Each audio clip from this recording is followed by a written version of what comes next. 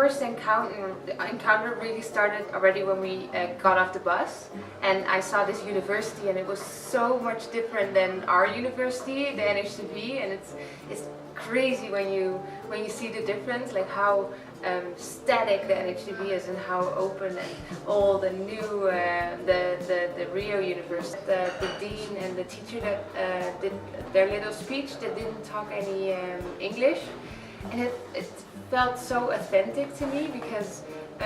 they're really doing what they love and they're trying to be more international, but then again they can speak English, so that was really striking to me, and that was really interesting to me as well. It was definitely with Michelle, the teacher I talked about earlier. She was really into the subject of sustainable tourism, and she talked to me about the place we're going to tomorrow, that there's this woman and she has this huge forest of like 500 hectares of land or something, and she has the perfect place for sustainable tourism. Everything is about mind shift, about how you see yourself as a tourist, and how do you want to bring your culture going to other people's country, and then more also to consciousness, how you conscious as a tourist, and how you bring your culture, and then how it will impact the culture, the destination that you're going to. So we definitely met some very interesting people from master programs, some people in the working field, some people in tourism, some people in biochemistry as well. When you ask those questions, you think we're going to talk about the community, we're going to talk about the Brazilians, but she could make it into a level of your stakeholders, your authority, your government. She could link everything together and really come up with some really good ideas. So I think that Cafe really inspired us in a very higher level. Why? I think my favorite card was the own card I got. I was working with Busha, and we got a card that resembled a moon and a sun next to each other, and we were on the tourism side. And we thought that the card meant, even though you're very different and very far away, so the sun can never set the same side as the moon, they can never touch,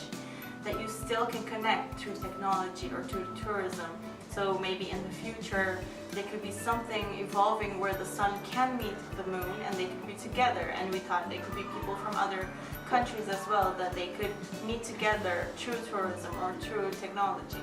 Yeah, so at the end of the Cool Cafe, we actually were in a group with very diverse people, and what we had to do is to basically think about what are the network values that we can create for sustainable tourism in Amazon. And what I liked is that actually someone else and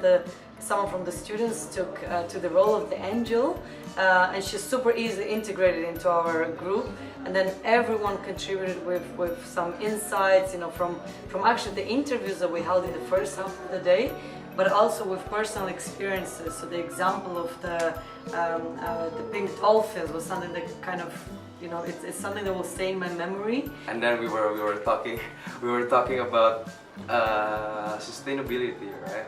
And then he actually did his master about how peace and sustainability comes together, and then I think he believes that sustainability can actually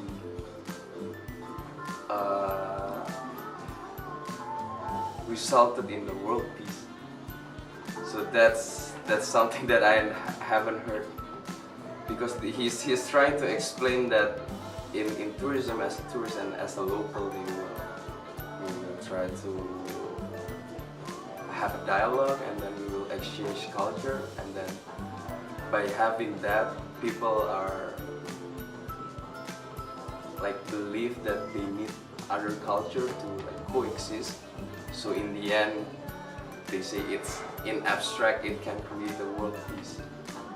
And if I can link it more to Imagineering, I think it is about how can we create processes that lead to evolution rather than solutions. So that was something that at the end we decided that we cannot really think of a solution that is static, that it's an